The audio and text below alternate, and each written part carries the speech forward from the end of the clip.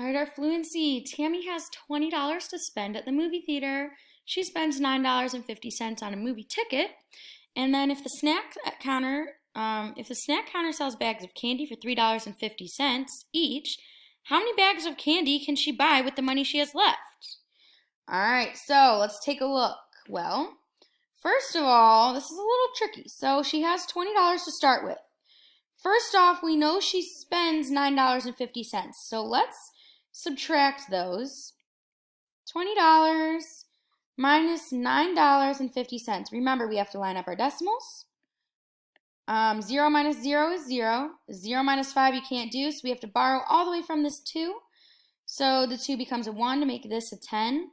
Now we can borrow from this 10 to make it a 9 to make this a 10. 10 minus 5 is 5. Drop our decimal, drop it like it's hot, drop it like it's hot. 9 minus 9 is 0, and 1 minus 0 is 1.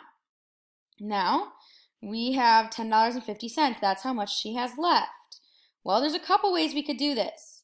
You can divide $10.50 divided by $3.50 if you wanted to. It might take a little longer, but we can also think of, well, how many times can $3.50 go into $10.50 without overflowing? So let's try times 2.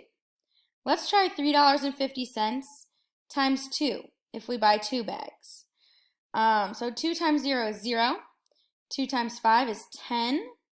2 times 3 is 6, plus 1 is 7. The decimal in 1 in 2, in 1 in 2. So $7. Is that less than $10.50? Yeah, but let's see if we can buy more. All right, let's try it times 3. Let's try times 3.